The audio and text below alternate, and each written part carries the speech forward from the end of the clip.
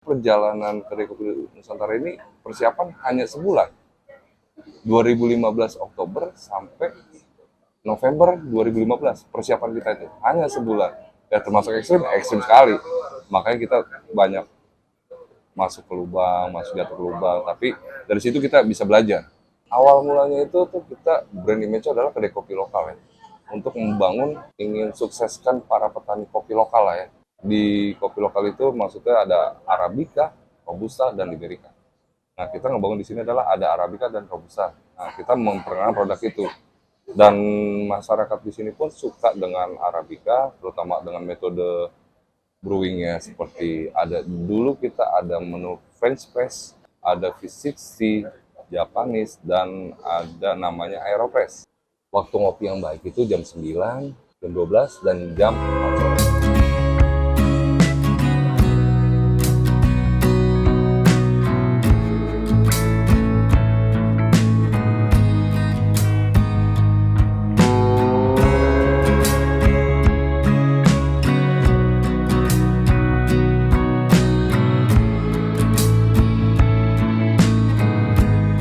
Halo, selamat malam.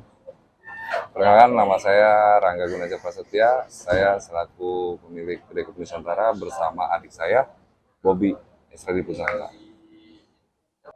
Ya, awal mulanya kan dulu saya juga pernah kerja di salah satu stasiun TV. Itu saya sering keluar kota tuh. Bukan keluar kota aja sih, dalam kota pun juga saya sering hunting nih, ngopi bersama teman-teman nih. Sama teman-teman produser, teman-teman produksi lah ya. Tepatnya kita sering ngopi. Wah, ternyata kayaknya boleh juga ya kalau kita buka usaha kedai kopi. Nah, kebetulan saya juga ada ide buka usaha kedai kopi ini bersama adik ipar saya, gitu kan, tepatnya Bobby, Mas Bobby. Nah, akhirnya kita cuman ini perjalanan kedai kopi Nusantara ini persiapan hanya sebulan. 2015 Oktober sampai November 2015 persiapan kita itu hanya sebulan. Ya termasuk ekstrim sekali. Makanya kita banyak masuk ke lubang, masuk jatuh ke lubang. Tapi dari situ kita bisa belajar untuk membangun sebuah bisnis yang lebih baik ke depannya. Nah, akhirnya sampai detik ini kita jalan hampir 7 tahun ya. Tepatnya 7 tahun nanti November gitu. Sama Bobby, jenis kelamin laki-laki, kebetulan alhamdulillah. Kan sekarang ada yang non biner kan soalnya kan. Jenis kelamin laki-laki, ya sibukan mencari kesibukan. Sibukan mencari kesibukan. Saya salah satu partnernya Mas Rangga juga di sini untuk menjalani kedai kopi Nusantara. Sebenarnya kalau masalah dari di luar dari genre mungkin dulu ada the power of kepepetnya juga kali ya, hitungannya ya. Ada the power of kepepetnya, terus memang sebenarnya mau berusaha juga, mau ada bisnis juga. Karena dulu di kuliah temen banyak yang memulai, terus kelihatannya seru gitu, setiap hari kayaknya rumit hidupnya. Akhirnya Mas Rangga ada kepikiran untuk bikin coffee shop yang sebenarnya saat itu masih nggak terlalu rame kali hitungannya ya, di 2015-an itu sebenarnya masih nggak terlalu rame. Ya udahlah, boleh, kayaknya idenya menarik, akhirnya kita sikat lah gitu. Udah gak mikirin background sih Mas, kalau udah masalah itu ya, hidup ya mikirinnya itu bukan background. Iya bener, peluang bener. Awal mulanya itu tuh kita brand image adalah kedai kopi lokal ya. Untuk membangun atau gimana ya, ingin sukseskan para petani kopi lokal lah ya. Di kopi lokal itu maksudnya ada Arabica, Robusta, dan Liberica. Nah, kita ngebangun di sini adalah ada Arabica dan Robusta. Nah, kita memperkenalkan produk itu. Dan masyarakat di sini pun suka dengan Arabica, terutama dengan metode brewingnya seperti ada dulu kita ada menu French press atau ada V60, Japanese, dan ada namanya Aeropress. Metode itu adalah sebuah metode di mana manual brew di sebuah kedai kopi atau coffee shop gitu. Nah, menu andalan kita saat ini yang terjadi adalah kopi susu aren yang paling best seller saat ini. Tapi tetap kita sebagai penggiat kopi lokal tetap kita pasarkan dan tetap kita jual utama kita adalah produk kopi lokal kita di kedai kopi Nusantara ini. Nah, kita juga punya panggilan sendiri nih buat para pelanggan.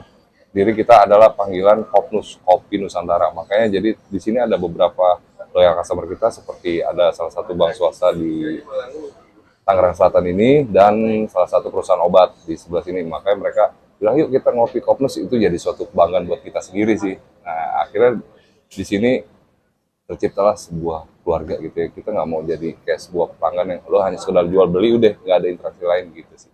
Kurang lebih seperti itu, Mas. Wah, kalau dulu kita belum nggak kepikiran sama sekali kali ya metrik marketing ya. Yang penting awalnya desain bagus, abis itu ada apa namanya menu-menunya cukup mewakili gitu ibaratnya di coffee shop. Sisanya nggak tahu malu udah. Awalnya gitu pasti sih. Nggak tahu, karena kan akhirnya kan kita sendiri yang ngejalanin, kita sendiri yang harus nawarin ke orang gitu kan. Sebenarnya nggak tahu malu kan supaya tahan sama penolakan lah ya ibaratnya ya, biasa ditolak lah ya. Walaupun dari SD, SMP, SMA sering ditolak juga kan, di konteks yang berbeda. Cuman ya mau nggak mau lah. Walaupun keringet dingin awal-awalnya Mas pasti nyoba-nyobain gitu tuh. Waktu zamannya sebelum pindah ke sini malah kita nawarinnya ke warung orang. Kita izin di warung tetangga, setiap ada pelanggan mereka ya udah kita tawarin aja deh. Padahal sebenarnya dia nggak mau ke kita gitu. Tapi namanya nawarin kan nggak salah ya. Ya udah awal-awalnya gitu aja paling. Akhirnya sampai kebangun sendiri, sudah mulai terbiasa kali ya melayani pelanggan, dan ternyata seru sih, di jasa servis itu ternyata seru. Karena manusianya, ya manusia aja udah beragam, terus ketemunya aneh-aneh lagi kan ibaratnya kan. Jadinya seru ternyata. Gitu sih Mas. Dampaknya sangat signifikan ketika pandemik itu hadir di Indonesia dan seluruh dunia. Itu sangat mengganggu seluruh aspek bidang usaha lah ya, termasuk perusahaan-perusahaan juga pasti sangat mengalami penurunan omset gitu kan. Tapi di sini di satu sisi kita tetap bangkit, tetap jalan. Dengan apa? Ya kita jalan aja, jangan sampai ada yang kedai kopi Nusantara ini tutup, janganlah. Karena kita terus berjalan, berjuang bersama-sama. Ya kalau bisa namanya kita usahakan, kita harus bisa memanusiakan manusia di dalam usaha itu. Makanya kita tetap mempertahankan teman-teman yang ada di dalam Kopnus ini. Ya kalau bisa kita berjuang bersama-sama, jangan sampai nyerah. Itu sih. Kalau ya, yang kesulitan banget ya. Kalau yang beberapa yang dekat-dekat ini udah pasti COVID ya. Cuman kan kalau COVID mungkin semua pasti ngalamin lah ya ibaratnya, dan punya caranya masing-masing ya. Paling kebanyakan ya jadi survivor lah pokoknya. Yang penting bisa survive, bisa tetap running sampai nanti memang dianggap sudah bukan pandemi misalnya, sudah dari pandemi atau hal yang lainnya, kita bisa thriving lagi gitu, kita bisa ngegas lagi. Cuman kalau dulu malah kesulitan awal itu karena pembukuan berantakan Mas. Awalnya. Jadi seolah-olah anehnya kok bulan ini dapatnya banyak, bulan depan dapatnya sedikit, padahal kayaknya pemasukannya kurang lebih sama. Paling awalnya stres di situ. Dari awalnya stres sama pelanggan udah mulai biasa, terus lama-lama keuangannya baru berasa nih, wah nggak teratur nih. Baru mulai pusing tuh akhirnya. Kalau kita kebetulan, mungkin tadi Mas Rangga udah jelasin juga ya, kita suka ngobrol kan ya, ibaratnya ya sama pelanggan, terus backgroundnya pelanggan juga beda-beda, ya mau nggak mau akhirnya kita harus cari tahu kan, karena kan usaha sendiri ya, usaha kita sendiri, mau nggak mau kita doang yang bisa ngebenahin nih saat itu. Mungkin kalau misalnya kita, mungkin bisa kayak bayar profesional gitu, tapi di kondisi masih mulai menanjak, baru mulai gitu ibaratnya, mungkin pasti kan mungkin budgeting ke situ juga nggak ada gitu misalnya untuk ngomongin ke profesional. Akhirnya ya udah nanya-nanya sama pelanggan yang backgroundnya beda-beda. Alhamdulillahnya ada yang memberikan solusi akhirnya. Jadi kita sering brainstorming lah sama mereka. Sebenarnya nggak ada mikir bidangnya sih, karena memang setiap hari doyan ngobrol aja ya. Emang dasarnya bacot. Dasarnya doyan ngebacot aja akhirnya, karena terbiasa sama pelanggan kan. Akhirnya doyan ngebacot buat ngebawa pembicaraan. Terus kita ngebawa pembicaraan, ya namanya brainstorming kan kadang berbagi solusi tapi berbagi masalah juga kan ya. Mungkin masalah dia ada yang bisa kita kasih sudut pandang lain, dan ternyata masalah kita ada yang bisa dikasih sudut pandang lain juga sama orang lain gitu sih akhirnya. Buat teman-teman yang baru mau buka usaha nih atau mau mulai usaha baru, lebih sebaiknya pelajari dulu bidangnya apa, terus untuk pembukuannya seperti apa, strategi marketingnya seperti apa, dan kalau emang bisa ngobrol-ngobrol dulu lah sama yang sudah jalan usaha duluan gitu. Menurut saya, biar tidak terjebak di lubang hitam. Kalau saya pribadi sustain sih, sustain jangka panjang. Bisa diwarisin ke anak cucu mantep lagi malah. Tapi sustainnya seperti apa pasti kan cara paradigmanya orang beda-beda ibaratnya. Sustainnya kayak gimana? Kalau saya sih sustain jangka panjang, profit pasti lah ya. Maksudnya kalau nggak profit ya berarti lu akan chip in terus, nggak ada henti gitu kan. Tanpa lu punya visi kapan bisa profit, misalnya profit pasti, tapi sustain sih yang paling rumit sebenarnya. Kalau pendapat pribadi ya, sebenarnya usaha yang paling baik adalah usaha yang dimulai ya. Karena kan kebanyakan hanya dirancang nggak dimulai. Biasanya gitu, dirancang terus profitnya, kok kayaknya hitungannya nggak masuk nih. Akhirnya nggak mulai-mulai, karena saya dulu gitu kuliah. Makanya nggak kelar-kelar. Makanya saya bilang yang penting terabrak aja waktu awal-awal buka gitu kan. Karena akhirnya ada yang mau jalan bareng, oke, yes. Cuman sebenarnya kalau sekarang mungkin lebih ke yang lebih solutif kali ya. Lebih solutif, misalnya memang punya yang lebih solutif untuk problem yang ada gitu di sekitaran lu, yang paling dekat aja misalnya keluarga, misalnya gitu, problem apa, terlepas dari itu food and beverage atau bukan, ya temukanlah. Karena banyak sih kayaknya harusnya masalah di hidup kita yang bisa ditemukan solusinya dengan produk ataupun dengan jasa. Karena dulu gitu mas kuliah mas. Kita bikin hitungan nih. Ada 3 orang kan kita bareng-bareng kan bikin hitungan. Kok cuma segini? Kok cuma segini? Kayaknya nggak enak nih. Kurang nih maunya banyak dulu. Padahal mulai aja belum. Mungkin kalau kepikiran ada pasti. Tapi yang bener-bener klop karena kita berdua agak saklek ya. Kita berdua karena agak saklek ya. Jadi banyak yang nggak match malah akhirnya sama sudut pandang kita untuk mengelola usaha. Ibaratnya gitu kali ya, ibaratnya ya. Jadinya belum ada kalau misalnya yang real sudah terjadi sekarang mungkin belum ada. Tapi kalau misalnya kerja sama kayak dulu mungkin kayak yang sederhana misalnya coffee shop biasanya kan berdekatannya sama pastry. Zamannya tuh kan ya, zamannya sama pastry. Terus kalau misalnya sekarang mungkin kroffel misalnya contohnya, walaupun mungkin kita sendiri bisa ya ngebuat ya, tapi kan yang namanya zaman sekarang lebih mau naik bareng lebih enak kolaborasi ya daripada usaha sendiri ya ibaratnya gitu ya. Cuman sampai sekarang masih belum ada yang cocok sih. Itu aja sih. Yang nawarin ada, cuman mungkin belum match aja di samping memang banyak keterbatasan di masalah area juga gitu.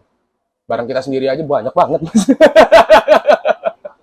Harus kalau ada mau kerja sama mungkin lebih detail sekali ya jadinya ya.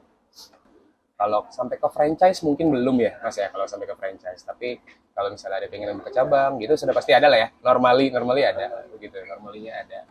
Karena kan mau nggak mau kita profit minded enggak nih? Enggak profit minded ya. Ini bukan channel motivasi lagi kan? Bukan, maksudnya kan memang selain untuk kehidupan juga bisa mempekerjakan orang lain juga gitu sih. Yang serunya di situ sih sebenarnya. Awalnya memang kita buka sore hari pada saat di sektor 9. Ini tempat relokasi sebenarnya mas, gitu ya. Ini sebenarnya tempat relokasi karena tempat yang lama itu akan dijadikan sebuah taman di sektor 9. Makanya dari teman-teman paguyuban sini, paguyuban Taman Jajan ini akhirnya pindahlah relokasi ke Taman Jajan CBD Bintaro sektor 7 gitu. Nah, kenapa kita buka jam 7 pagi? Ya kan, silakan ngopi katanya nggak bagus untuk lambung. Kata siapa mas? Itu hanya mitos. Ya, tergantung kopinya apa yang akan diminum gitu. Menurut saya nih buat para yang baru-baru pengen icip kopi, cobalah kedai kopi Arabica karena dia adalah rendah kafein dibandingkan Robusta. Karena Robusta itu 2 kali lipat kafeinnya dibandingkan Arabica dan aman untuk lambung. Nah, saya punya cerita sedikit masalah kopi Arabica. Ada teman saya nih, dia dulu bekerja di sebuah parlemen, ya, dan dia nongkrong nih di Kopnus di sini. Dia belajar kopi sampai segala macam. Dia punya penyakit lambung, ya, dia punya penyakit lambung, sehingga dia menyicipi kopi Arabica tersebut. Sampai saat ini, alhamdulillah lambungnya aman. Kita percaya nggak percaya, dan orangnya pun sekarang bekerja di sebuah coffee shop ternama di Jakarta. Saya bilang itu coffee shop ternama di Jakarta, dan dia roaster besar juga di daerah Jakarta. Ya, ada buktinya kan, dampaknya itu kopi Arabica yang katanya lambung menurut saya sih mitos ya. Terus ngopi, bahkan ngopi nggak bisa tidur itu mitos. Dan kalau saya sedikit sharing nih, waktu ngopi yang baik itu jam 9, jam 12, dan jam 4 sore. Itu waktu yang baik untuk ngopi. Karena jam 9 pagi kan untuk booster, ya kan? Nah, kalau jam 12 itu ya waktunya kita santai, habis makan siang kita ngopi biar nggak ngantuk kan. Boleh juga. Jam 4 apalagi waktu-waktunya kusut. Nah, teman-teman para pekerja ya kan butuh ngopi, datanglah ke Kopnos, Kopi Nusantara yang ada di Bintaro, gitu Mas.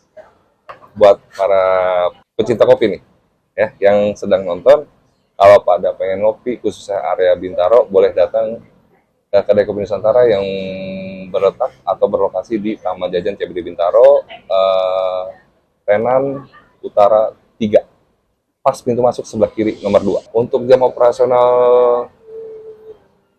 Kopnus di sini sendiri, operasional itu dari Senin sampai Sabtu jam 7 pagi sampai jam 22.30 atau setengah 11 malam. Jangan lupa ya, tanggal merah pun kita buka, tergantung tanggal merahnya hari apa. Momennya momen apa nih gitu ya. Siap. Jangan lupa ngopi, karena lu nggak ngopi nggak asik men.